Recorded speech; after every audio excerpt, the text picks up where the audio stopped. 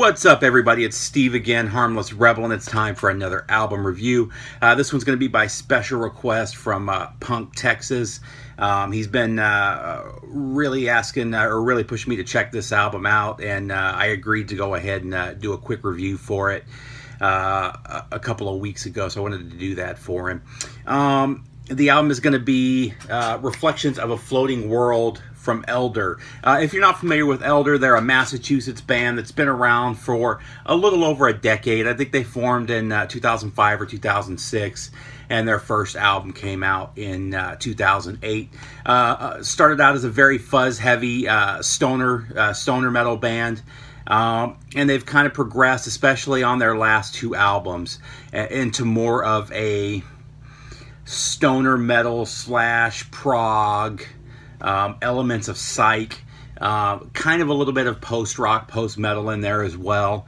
And that's kind of what you see on this newest album, or you hear on this newest album. They really have done a great job on this album of taking that stoner metal sound and kind of expanding it, and really kind of showing a new direction that you can go with the sound, while still maintaining the fuzz and the feel of the stoner metal. I am a fan of stoner metal. However, it's something that I don't listen to that often. I do like Electric Wizard. I do like Sleep. I do like even like High on Fire. I would put in that category. I am also in kind of a doom / a doom / stoner / sludge mecca.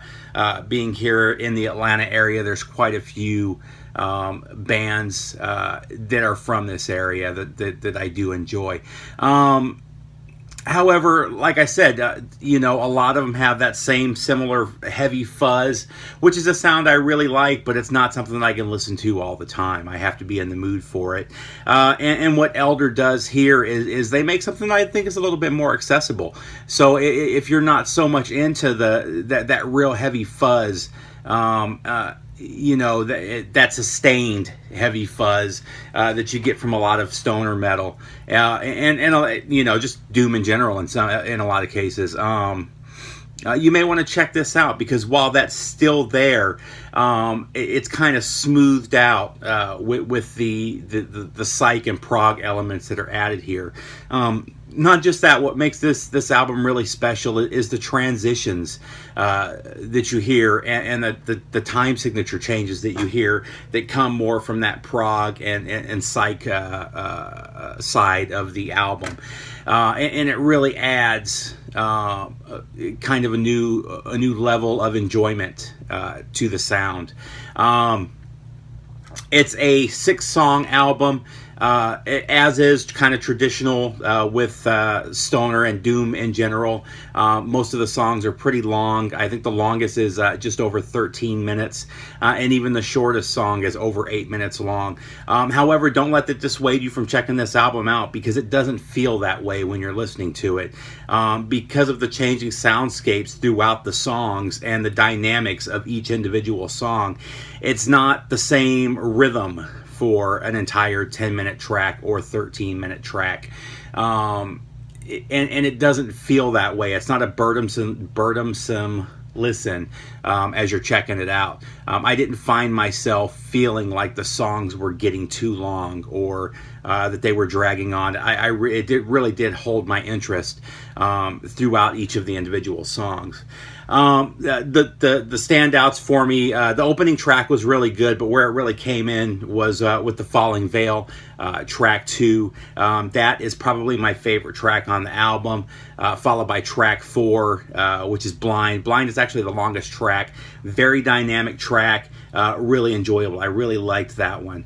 After song 5, or excuse me, let me see.